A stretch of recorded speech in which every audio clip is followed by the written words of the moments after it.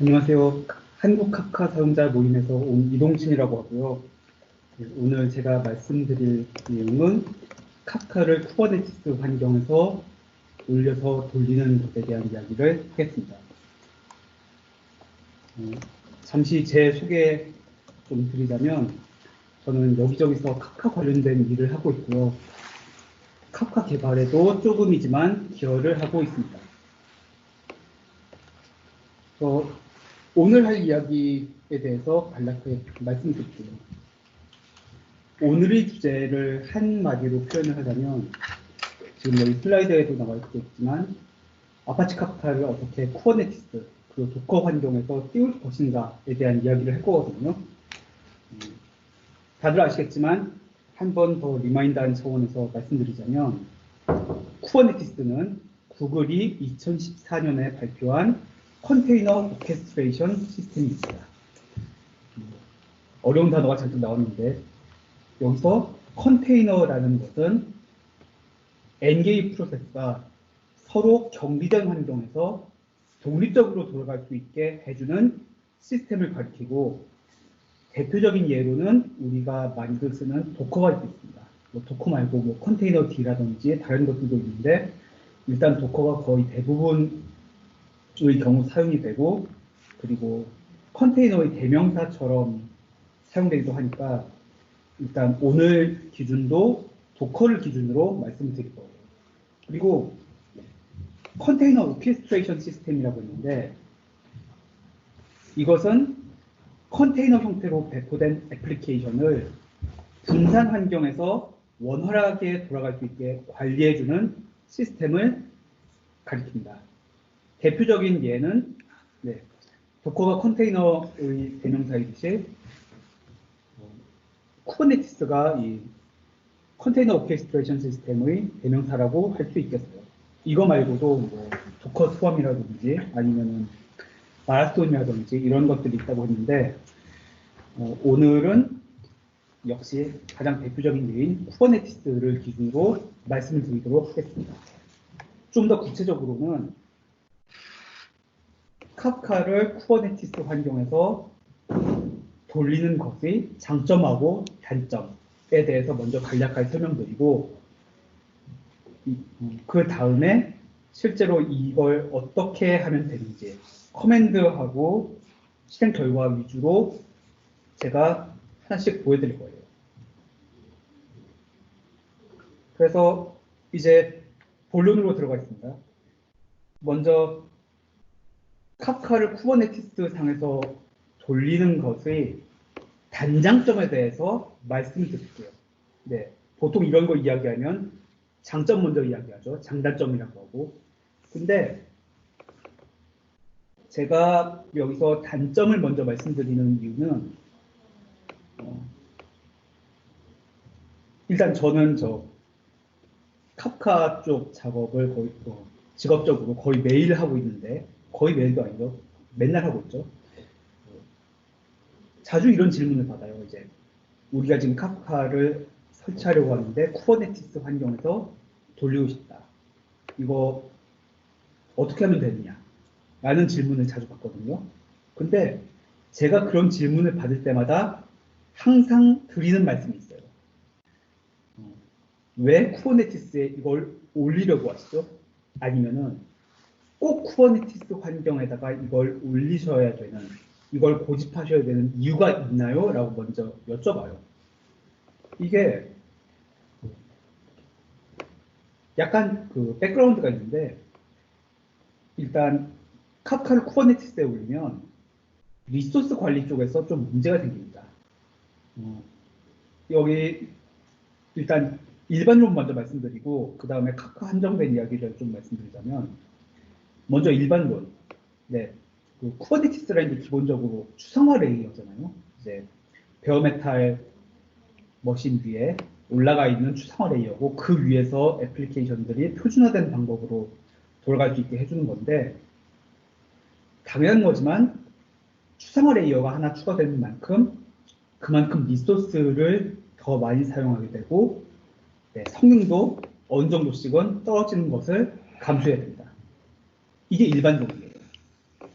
그리고 카프카에 좀 한정된 이야기를 하자면 카프카를 설치할 때 뭐 많이들 그렇게 안 하시지만 원래 FM은 그 리눅스에 이걸 설치한다고 쳤을 때 리눅스의 이제 커널 파라미터 같은 걸 변경을 해줘가지고 운영체제를 먼저 튜닝해 주는 게 FM이거든요. 설치할 때.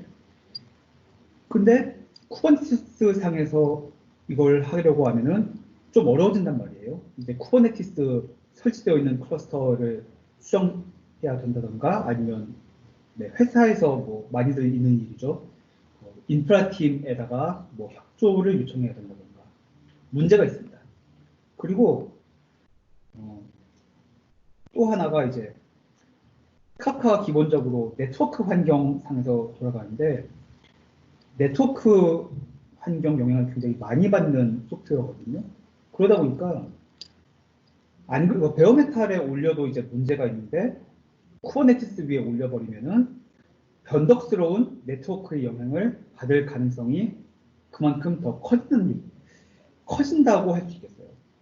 그러니까 단점이 이제 리소스 측면에서 리소스 문제 측면에서 단점이 있는 거죠. 근데 여기서 단점이 끝나는 게 아니라 모니터링 쪽 문제도 있어요. 이것도 역시 마찬가지로 일반론 먼저 말씀드리고 카프카에 한정된 이야기 하자면은 먼저 추상화된 레이어가 하나 추가되는데 뭐 클라우드 같은 데서 제공해주는 툴 같은 거 쓴다면 그나마 좀 덜해지겠지만 모니터링을 해야 되는 것도 그만큼 더 늘어나겠죠.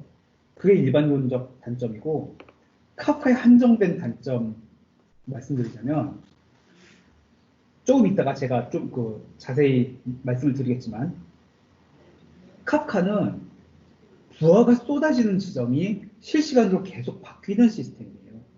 그러니까 쉽게 말씀드리자면 마이스퀄 데이터베이스를 클러스터 구성을 했다. 혹은 웹 애플리케이션을 엔진엑스 사용해서 분산 설정을 했다. 그러면은 클라이언트가 보내는 요청이 기본적으로 n분의 1로 줄어들어가지고 분산돼서 처리는 되잖아요. 그러니까 그만큼 클러스터 대수를 늘려주면 거기에 비례해서 부하가 줄어드는 특징이 있는데 카프카는 이러한 방식에 통하지는 않습니다. 그래서 모니터링 하기가 그만큼 더 까다롭다고 할 수 있겠어요. 이게 제가 카프카를 쿠버네티스 상에 올리려고 하는 분들한테 이제 왜 꼭 올리려고 하시는지 여쭤보는 두 번째 이유이기도 합니다. 그런데 네, 단점이 이렇게 명확한데도 불구하고 카프카를 쿠버네티스 상에 올리는 건 아주 확실한 장점이 있어요. 몇 개가. 뭐 그렇기 때문에 이걸 굳이 하려고 베어메탈 서버 쉽게 하는 방법 벌어두고 이걸로 하시려는 분들이 많은 거겠죠. 가장 큰 장점이라고 한다면 일단 표준화된 배포 환경을 표준화된 배포 환경 위에서 돌릴 수 있다는 점이 장점이에요. 간단하게 이야기를 해보자면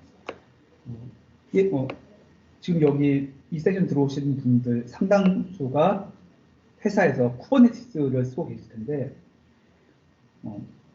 모든 애플리케이션을 지금 쿠버네티스 상에 배포하는 게 표준인 상태에서 카프카를 쿠버네티스 상에 올리는 게 단점이 조금 있다고 해가지고 이걸 갖다가 베어메탈 서버에 굳이 올리겠다 이러면은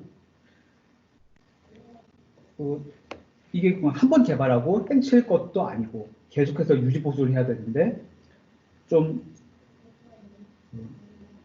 관리하는 측면에서 어려움이 있겠죠. 비슷하게 뭐 상상해보면 뭐 사용하는 조직에서 사용하는 머신이 뭐 VM웨어 버추얼 머신인데 굳이 베어메탈 서버에 내가 뭔가를 해야겠다 이런 식으로 하면 좀 관리하기 힘들고 종류 많아지고 관리하기 힘들고 그렇잖아요. 이게 쿠버네티스에도 똑같은 논리로 적용이 됩니다.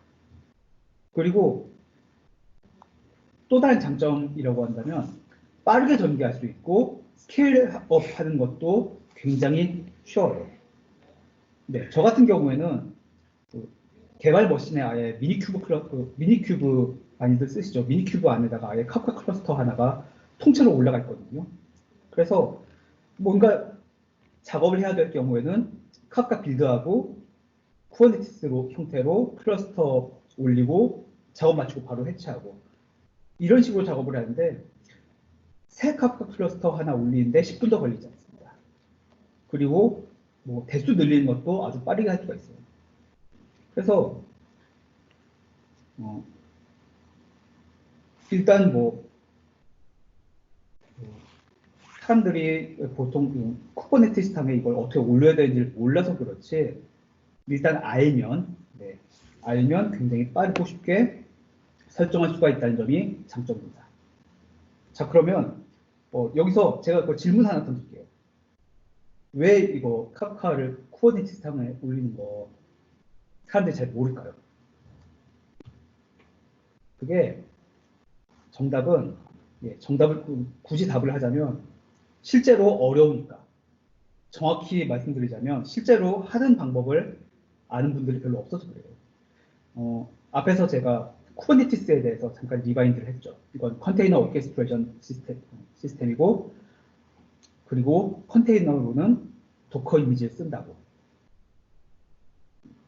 그리고 또 하나 이제 카프카 설치해 보신 분들은 아시겠지만 카프카는 어디에 의존하죠? 주키퍼에 의존을 하죠. 일단 지난주에 나온 2.5.0 현재까지는 주키퍼를 사용해서 동작을 합니다. 그러니까 카프카를 쿠버네티스탕에 띄운다라는 이야기는 주키퍼를 일단 쿠버네티스탕에 설치를 한 뒤에 이걸 잘 돌아가게 만든 다음에 이걸 사용하는 카프카 클러스터를 같은 쿠버네티스탕에 올린다. 그것도 도커를 사용해서. 이런 의미가 되거든요. 문제는 제가 지금 여기 슬라이드에 몇 개 이미지를 갖다가 놓고 링크해가지고 가지고 나왔는데 보시면 아시겠지만 주키퍼는 표준 도커 이미지가 있어요. 네, 뭐 표준 아니면서도 많이들 쓰는 부스트마이스터라는 분이 만든 도커 이미지도 있습니다만 뭐 보통 그 커뮤니티에 프로젝트 차원에서 표준으로 제공되는 게 있으니까 보통 이걸 쓰면 된단 말이에요. 문제는 카프카는 그게 아니에요. 네, 지금 제가 가장 많이 쓰이는 거 3개를 지금 들고 나왔는데 말이 3개지 실제로는 맨 아래에 있는 스포티파이 거는 마지막으로 업데이트된 지 6년인가가 됐고 맨 위에 있는 이 두커 이미지 이건 제가 굉장히 좋아하는 건데 이것도 그렇게 많이 쓰시는 분이 없어요. 그러다 보니까 표준화된 도커 이미지가 없다 보니까 이걸 그 쿠버네티스 상에 올리려고 하면은 밑바닥부터 모든 작업을 다 새로 해야 됩니다. 네, 차트가 디플로이 설정 같은 거 처음부터 끝까지 다 자기가 만들어야 돼요. 그 점이 카프카를 쿠버네티스 상에 올리는 걸 좀 어렵게 만들어요. 두 번째 문제는 카프카 자체의 특성 때문에 그런데요. 일단 카프카라는 게 어떻게 보면 스토리지잖아요. 그 점에서는 마이스퀄 같은 거하고 별로 다르지가 않죠. 그렇기 때문에 얘는 상태가 없는 애플리케이션하고는 다르게 단순하게 이제 똑같은 거 여러 개 리플리케이션 해가지고 n분의 1로 로드 밸런싱 하고 파도 죽으면 그냥 다른 거 하나 띄우고 이런 식으로 처리가 안 됩니다. 그 점이 그래서 이제 설정하기가 좀 까다로워요. 그럼 여기서 또 일반론적인 게 아니고 여기서 더 어렵게 만드는 게 하나가 있다면 카프카는 교환이 불가능한 시스템이라는 겁니다. 이거는 그러니까 좀 더 디테일하게 말씀드리자면 브로커 A하고 카프카 카프카 클러스터는 브로커들이 집합이잖아요. 브로커 A하고 브로커 B는 완전히 다른 물건일 가능성이 높다는 거예요. 예를 들어서 마이스퀄이다. 마이스퀄에서 MySQL 클러스터 설정을 해서 라이트 노드 설정하고 리드 노드 설정을 하면은 리드 노드 하나랑 리드 노드 1위는 서로 똑같죠. 그러니까 이제 리드 작업만 하는 슬레이브 노드가 한두 개쯤 죽어 보이더라도 그냥 새로 띄우기만 하면 됩니다. 왜? 어차피 똑같으니까. 완전히 같은 물건이니까. 문제는 카프카는 이게 안 돼요. 카프카 브로커들끼리는 쥐고 있는 토픽, 어떤 토픽을 쥐고 있는가, 그리고 그 토픽에 있는 파티션 중에서 어떤 몇 번 파티션을 쥐고 있는가. 이 파티션이 이제 보통 뭐 2개 이상의 리플리케이션으로 레플리카로 복사돼 가지고 2개 이상이 유지가 되는데 이게 기본적으로 하나의 리더에서 읽기 쓰기를 다 하고 팔로워들은 해당 파티션의 내용을 그냥 복사만 하는 식으로 구현되어 있거든요. 그래서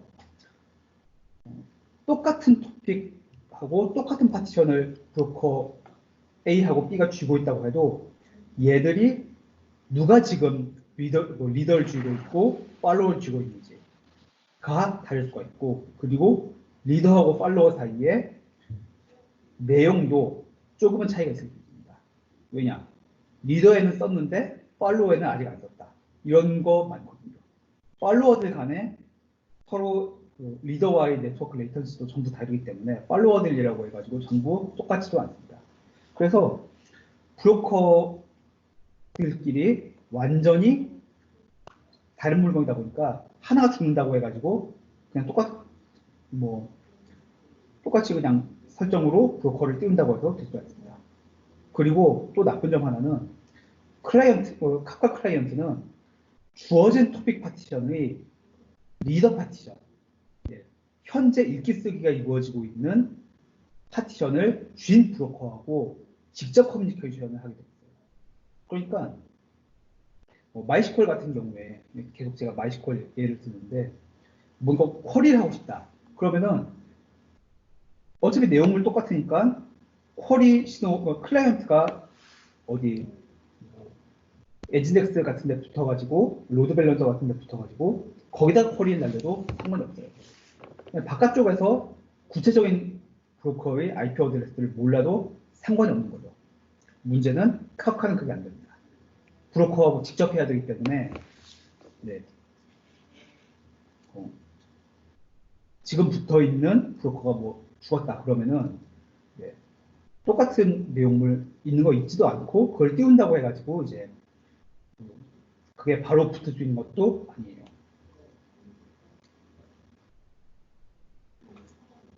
뭐 여기서 끝낸 것도 아니죠. 네, 카프카까지 설치했다고 완전히 끝난 것도 아닙니다. 이제 절반 온 거예요. 왜냐하면 카프카를 설치한 뒤에 여기서 돌려야 되는 다른 요소들이 굉장히 많거든요. 일단 뭐 이걸 설치를 했으니까 테스트하고 운영을 하기 위한 카프카 클라이언트를 설치해야 되겠죠. 뭐 가장 기본적이고 중요한 거라고 한다면 카프카 프로젝트 안에 포함돼가지고 함께 배포되는 공식 클라이언트들, 뭐 카프카 토픽스라든지 콘솔 프로듀서라든지 이런 애들을 설치해서 사용할 수 있게 해줘야 되고 또 하나 이제 많이들 모르시고 안 쓰시는데 카프카 캐시라고 해가지고 테스트나 관리에 완전히 특화된 유틸리티가 있습니다. 여기에 대해서 제가 좀 이따 다시 말씀드릴 거예요. 이런 게 설치되어 있으면 좋은데 이런 것도 같은 쿠버네티스 상에서 돌아가도록 올려줘야 됩니다.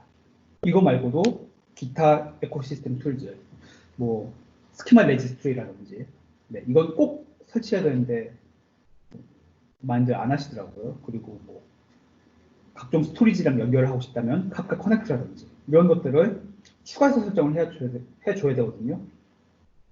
그래서 지금까지 말씀드린 것처럼 카프카를 쿠버네티스 상에 올리는 건 좀 이것저것 해줘야 되는 것도 많고 뭐 알아야 되는 것도 좀 많은, 그래서 처음 하려고 하면은 좀 어떻게 해야 되는지 뭐 처음부터 절벽 그런 느낌이 많이 들 수밖에 없어요. 그래서 그럼 이걸 갖다가 어떻게 해야 되냐? 이게 문제라고 할 수 있는데, 문제를 두 부분으로 나눌게요. 앞에서 말씀드린 것처럼 카프카랑 주키퍼는 상태가 있는 애플리케이션이라고 말씀드렸죠. 이걸 제외하고 뭐 테스트용 클라이언트라든지 각종 에코시스템 툴들은 별도의 상태를 가지고 있지 않습니다. 왜냐하면 클라이언트 같은 경우에는 당연히 특별히 뭐 설정 같은 것도 없고, 왜냐하면 커맨드 라인으로 다 넣어주니까. 그렇기 때문에 상태라는 게 있을 수가 없고, 방금 전 말씀드린 스키마 레지스트리나 카프카 커넥트 같은 물건은 카프카 그 자체를 스토리지로 사용하게 되어 있어요. 그렇기 때문에 얘들도 상태가 없다고 할 수 있겠습니다. 그러니까 상태가 있는 것은 다시 둘로 나눠가지고 주키퍼 설치하고 카프카 설치가 있는데, 얘네 둘에 대해서는 헬름 차트가 공식적으로 제공되고 있어요. 이제 스테이블에 있는 건 아니고 인큐베이터에 있는데, 주키퍼 같은 경우에는 도커 이미지와 마찬가지로 주키퍼 개발 커뮤니티에서 개발하고 유지 보수하는 프로젝트였고요. 카프카 같은 경우에는 카프카의 창시자들이 링크드인에서 나와서 만든 회사, 컨플런트에서 만든 헬름 차트가 제공이 되고 있습니다. 그래서 약간의 요령만 알면 얘네들을 쓸 수가 있는데, 이걸 사용해서 설치를 하시면 돼요. 그래서 다음 슬라이드부터 여기에 대해서 이걸 사용하는 방법에 대해서 보여드릴 겁니다. 그리고 상태가 없는 애플리케이션들은 말 그대로 쿠버네티스 야물 설정 파일에 설정 넣어가지고 단순하게 그냥 띄워주기만 하면은 그 다음부터는 바로 쓸 수가 있어요. 그래서 지금부터 이제 하나씩 설명을 드리도록 하겠습니다. 자, 먼저 주키퍼 설치부터 말씀드릴게요. 주키퍼 같은 경우에는 이건 진짜 컴퓨터에 쿠버네티스 큐브 컨트롤하고 헬름만 설치되어 있으면은 바로 쓸 수 있습니다.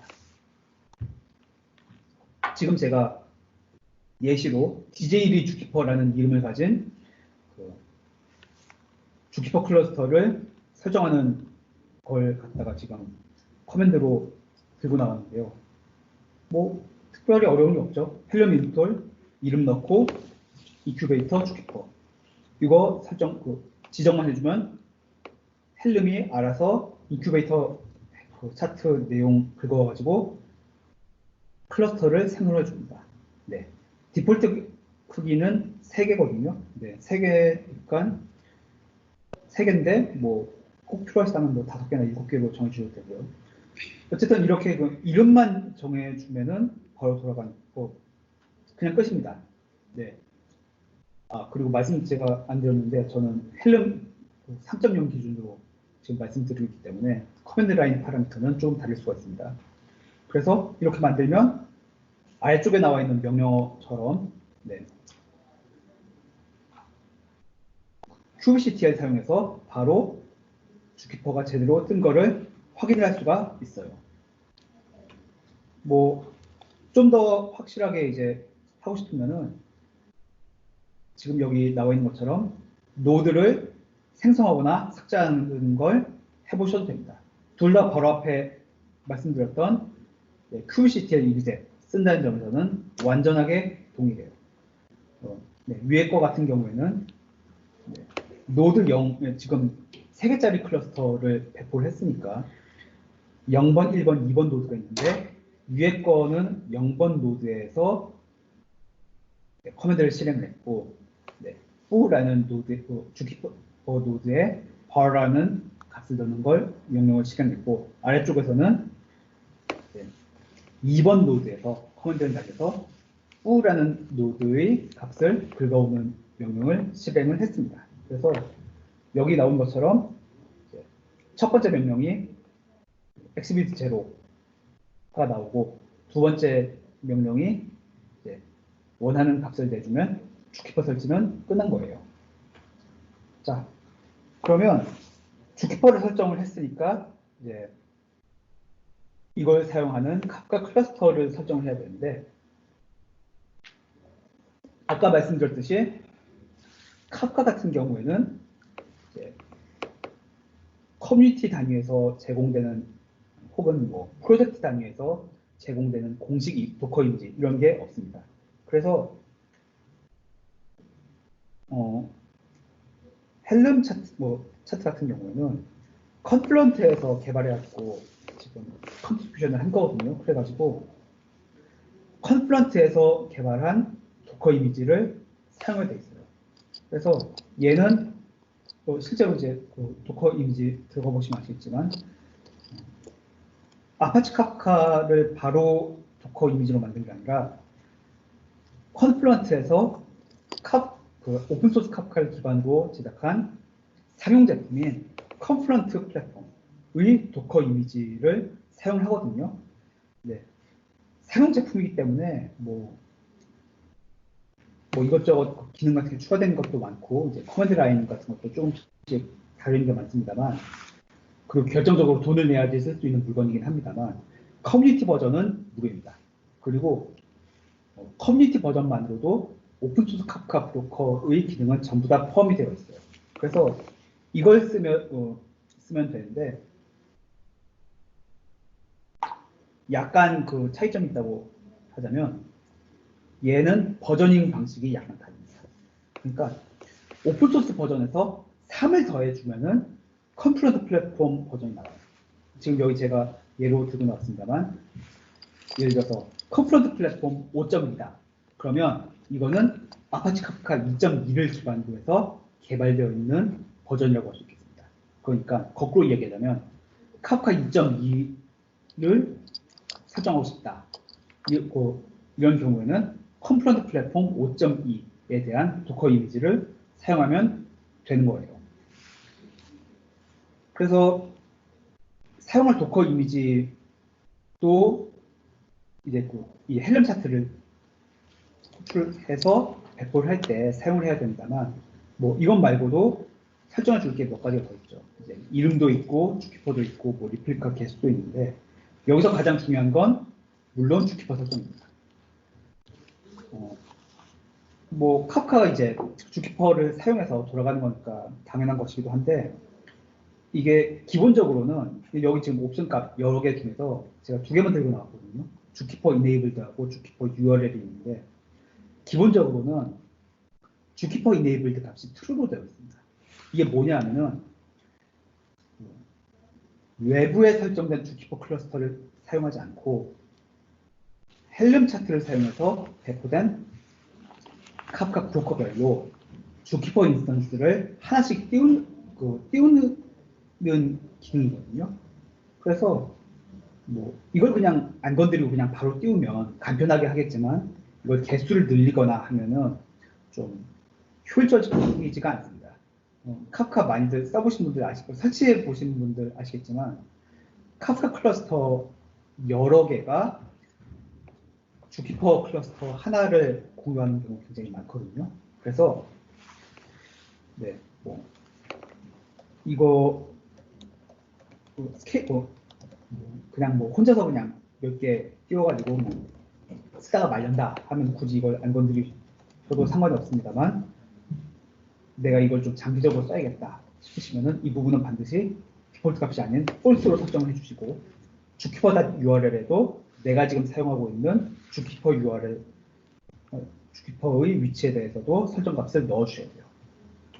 자, 그래서 간단하게 사용하는 방법 예제를 보시겠습니다. 지금 여기 그 슬라이드에 나오고 있는 설정은 제가 아까 말씀드렸죠. 저 카프카 작업하다 보면 아예 작업 기기에다가 미니큐브에다가 이제 카프카 클러스터 설정해가지고 돌린다고. 딱 그 설정이거든요. 그래서 제가 거의 매일 사용하는 설정이긴 한데, 먼저 지금 여기 그 다른 항목들은 별로 어려운 게 없죠. 뭐 레플리카, 카프카 클러스터의 크기인데 기본적으로 4를 권장합니다. 그리고 이미지는 아까 말씀드렸듯이 컴플런트에서 제공하고 있는 걸 사용하고요. 이미지 태그. 이거는 네, 많이들 간과하시는데 반드시 수동으로 설정을 해줘야 됩니다. 왜냐하면은 지금 헬름 차트에 지금 나와 있는 게 5.0.1거든요. 이게 아파치 카프카 2.0 버전인데 지난주에 2.5가 나왔습니다. 그렇기 때문에 이 이미지 택 항목을 설정을 안 해주시면 거의 1년 전? 1년도 더 된 옛날 버전을 사용하게 돼요. 그래서 이 부분은 반드시 설정을 해줘야 됩니다. 여기서 5.3.3으로 했죠. 그리고 아까 말씀드렸던 주키퍼 관련 설정 두 개를 반드시 잡아주셔야 되고요. 그래야지 이제 아까 띄웠던 주키퍼 클러스터를 사용할 수 있죠. 여기까지 설정이 완료되면은 아래 나와 있는 커맨드처럼 지금 여기 뭐 이름을 DJD 카카오로 줬는데 이렇게 커맨드 라인 파라미터를 줘가지고 헬름 차트 내용을 쿠버네티스 클러스터에 배포할 수가 있겠습니다.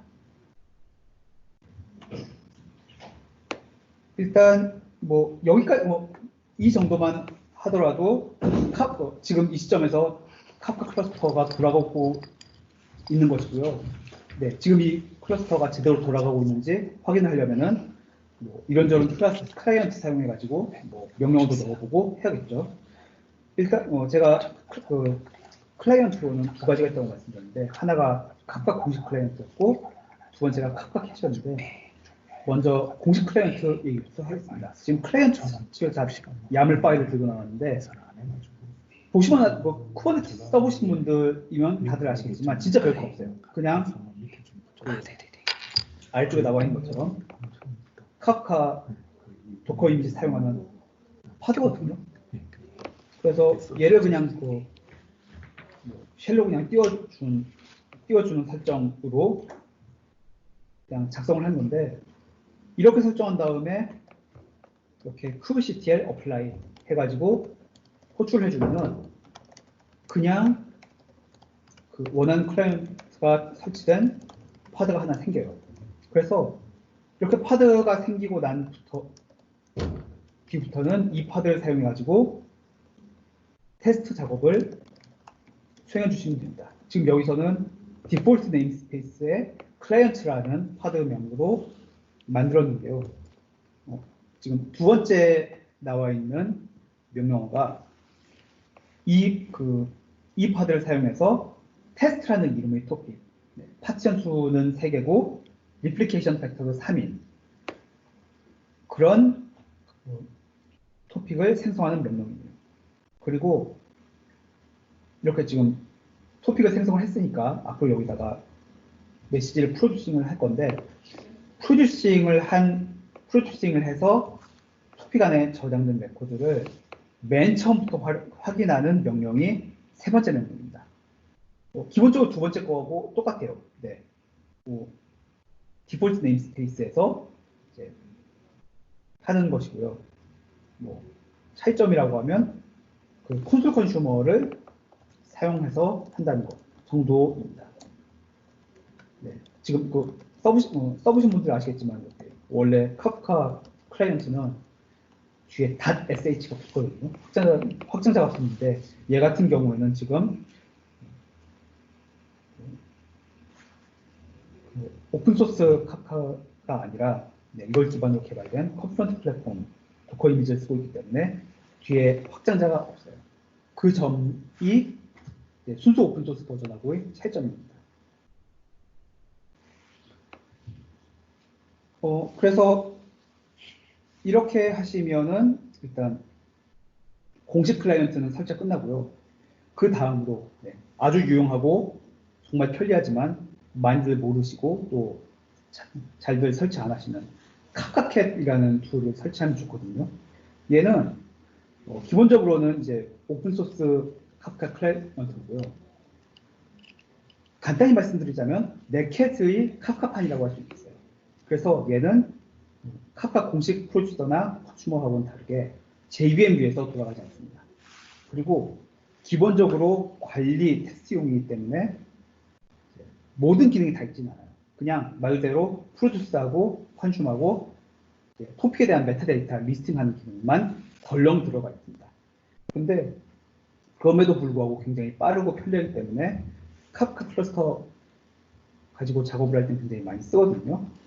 이걸 역시 카프카가 설치된 쿠버네티스 환경에다가 설치를 해주면 좋은데, 얘 같은 경우도 앞에서 보여드린 것처럼 단순 파드 형태로 배포를 하면은 바로 사용할 수 있어요. 눈치채셨겠지만 지금 여기 제가 가지고 나온 야물 설정 같은 경우는 아까 세 장 앞에서 보여드렸던 설정 파일하고 완전히 똑같습니다. 차이점이 있다면 일단 이미지. 네. 컨프런트에서 카프카캣 전용 이미지를 제공을 하거든요. 그래서 그걸 쓰고 있다는 점 빼고는 뭐 커맨드도 똑같고 네임스페이스도 똑같고, 그래서 그냥 딱히 어려운 건 없어요. 그래서 얘를 사용하는 파드를 띄우려면 그냥 저기 이 슬라이드 맨 위에 나와 있는 것처럼 첫 번째 명령어 던져주시면은 kubectl에 알아서 파드를 생성해줍니다. 그래서 생성된 다음에는 두 번째 명령어처럼 카프카캣 명령어를 사용해서 토픽 메타데이터를 확인할 수가 있어요. 얘 같은 경우에는 뭐 WCD에 파일터가 나와 있죠. 카프카캣 호출을 해주고, 브로커로는 아까 설치한 카프카 클러스터의 헤드리스 서비스 9092번 포트를 지정해주고, 마지막으로 커맨드로 -L을 입력해주면 됩니다. 이렇게 입력을 해주면은 방금 전 띄운 카프카 클러스터에서 방금 전 만든 토픽에 대한 메타데이터가 나오게 됐어요.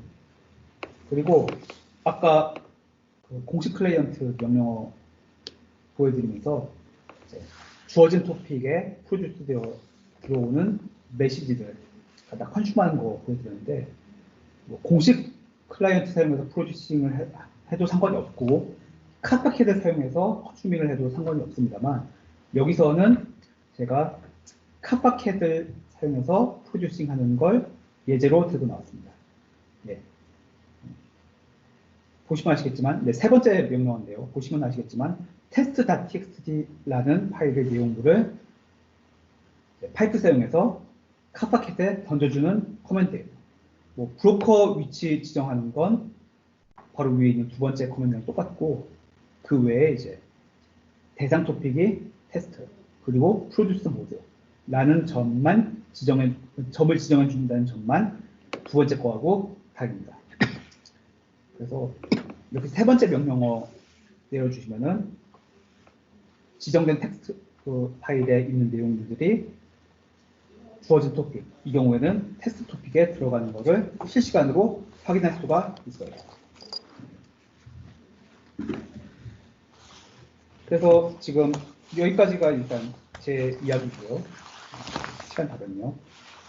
제가 오늘 말씀드린 내용을 간략하게 다시 한번 정리를 하자면, 카프카를 쿠버네티스 상에서 돌리는 것은 장점도 단점도 있습니다.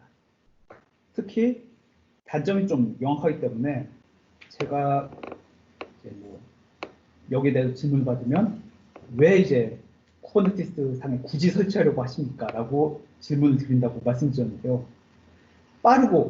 아주 빠르고 간편하게 표준화된 배포 환경에 카프카 클러스터를 전개할 수 있다는 점은 아주 확실한 장점이라고 할 수 있겠어요.